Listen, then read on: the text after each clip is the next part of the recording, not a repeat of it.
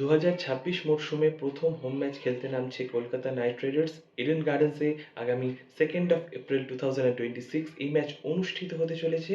Home ম্যাচে Sunrisers Hyderabad আমাদের প্রথম প্রতিপক্ষ।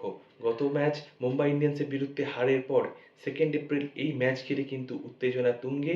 নাইটরা কিন্তু ঘুরে দাঁড়াতে বদ্ধপরিকর। এখন আবারও আলোচনার কেন্দ্রবিন্দুতে পিচ। নাইট ম্যানেজমেন্ট চাইছে স্পিন সহায়ক উইকেট, যেখানে সুনীল নারিন, বরুণ চক্রবর্তী, অনুকূল রয় সমৃদ্ধ টিম যাতে বিপক্ষে ত্রাস হয়ে উঠতে পারে।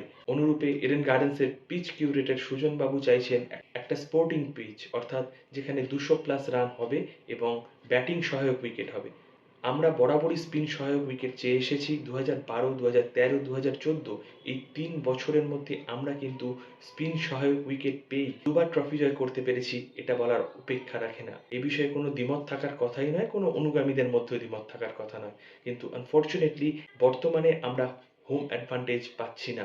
এর চেয়ে আর খারাপ কিছু হতে পারে না। গত বছর এই নিয়ে প্রচুর মানুষজন সোচ্চার হয়েছিলেন।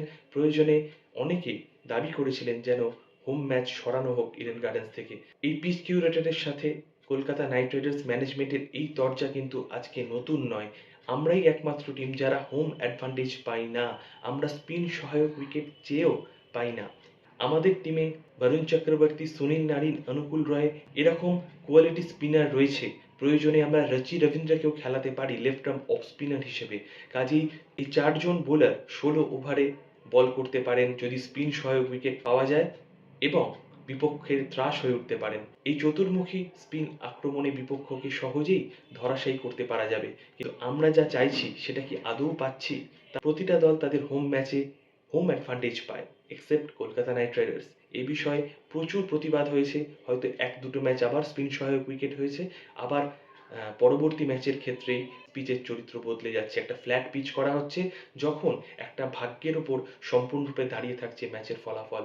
আমরা প্রত্যেকে যারা নাইট ফ্যান্স তারা সোশ্যাল মিডিয়ায় বলেছি, আমরা বিভিন্ন জায়গায় এর প্রতিবাদ করেছি, কিন্তু আনফর্চুনেটলি এই বিষয়ের সুরাহা হয়নি। গৌতম গম্ভীর যখন মেন্টর ছিলেন তিনিও বারবার এই একই কথা বলেছেন যে প্রতিটা টিমের অধিকার আছে যে হোম অ্যাডভান্টেজ পাওয়ার, এবং তারা চাইলে স্পিন সহায়ক হোক কিংবা পেস সহায়ক হোক উইকেটের ডিমান্ড করতেই পারে। আগামী দিনে জানি না আমরা কতটা কি স্পিন সহায়ক উইকেট পাবো, কিন্তু এভাবে চলতে থাকলে আমাদের হোম অ্যাডভান্টেজ বলে আর কিছু থাকবে না, এটুকুই মনে হয়। তোমাদের কি মনে হয় অবশ্যই জানিও। আমার নতুন ইউটিউব চ্যানেল সাবস্ক্রাইব করে দিও।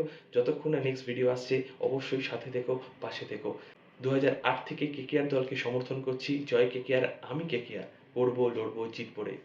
Hope for the best. প্রসঙ্গত বলে রাখি শেষ করার আগে, আগামী 2nd অফ এপ্রিল আমি উপস্থিত থাকছি ই ব্লকে।